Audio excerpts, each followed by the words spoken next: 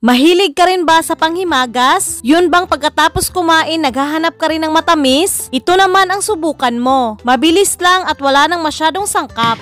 Tara, sobrang bilis lang to. Gagamit ako ng isang lata ng condensed, mga 200 grams na desiccated coconut, isang sachet ng swak pak, at kahit anong easy melt na chocolate na paborito mo.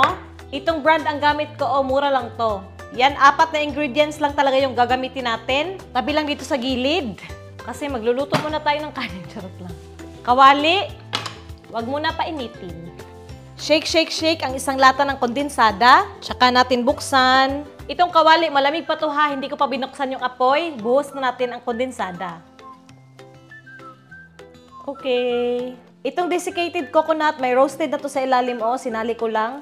Sayang wala na akong paggagamitan. Okay. Basta mga 200 grams to.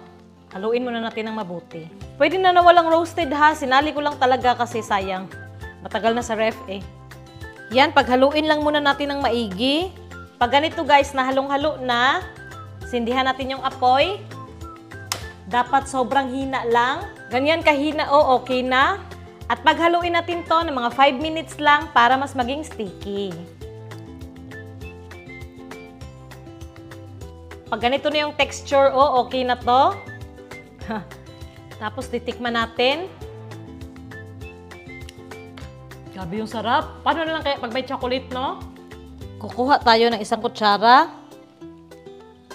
Ito yung ginamit ko, Tapos bibilugin natin yan. Grabe, ang bilis lang bilugin,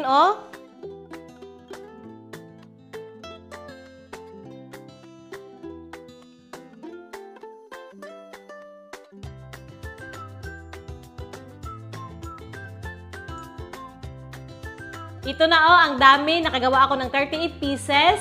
Hindi ko pa tinipid to ha. Mas malalaki pa kaysa sa mata ko. Yan up close. Hey! Magtutunaw na tayo ng chocolate. Painitin ang kawali sa mahinang apoy lang. Kalahating tasa ng tubig. Yung isang sachet ng swak pak. All-purpose cream sana to pero mahal na yun Ito na lang. Tapos haluin muna ng mabuti. Yan, nahalong-halo na. Hayaan muna natin itong mag-simmer. At ganito na nag-simmer na, dito na natin ibuhos ang isang tasa ng chocolate. Mainit naman na to, okayin lang natin hanggang tuluyang matunaw. Pag ganito na totally melted na yung chocolate, okay na to. Patayin na yung apoy. Since sobrang init pa naman ito, palamigin lang natin saglit. Medyo malamig na to, lipat natin sa bowl. At ito na ulit yung binilog-bilog natin. Nahulog, ilunod natin sa melted chocolate.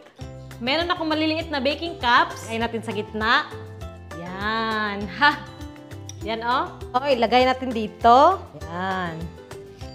Ayan, umaapaw yung chocolate. Ito yung iba, Takpan lang muna natin to. At ilagay sa ref hanggang tumigas yung chocolate.